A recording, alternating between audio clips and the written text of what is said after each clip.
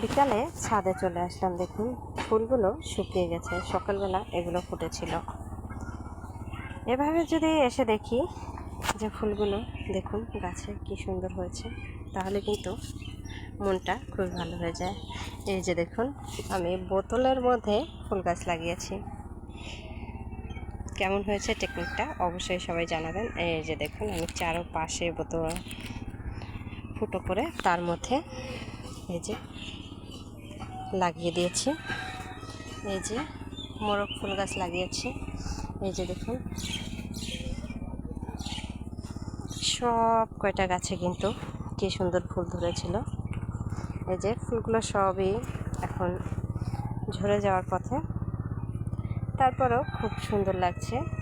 সকালবেলা আরও সুন্দর লাগে, বাট সকালে উঠতে পারি না, তাই বিকালে উঠে ভিডিও করলাম।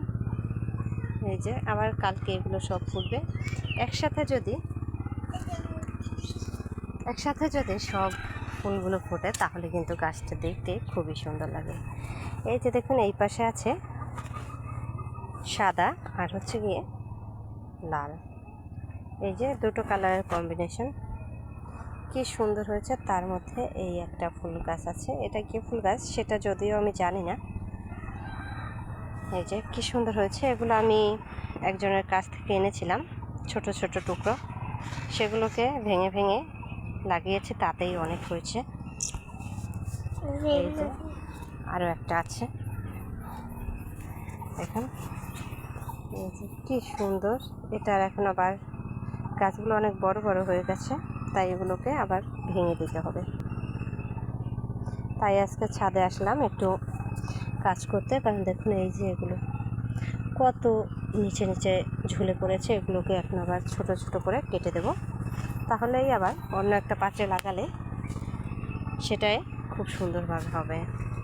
তারপরে এই যে মোরগ ফুল গাছ লাগিয়েছি। যেহেতু আমার কাছে টব নেই, তাই আমি নানান রকম পাত্র কেটে কেটে তার মধ্যেই লাগাচ্ছি।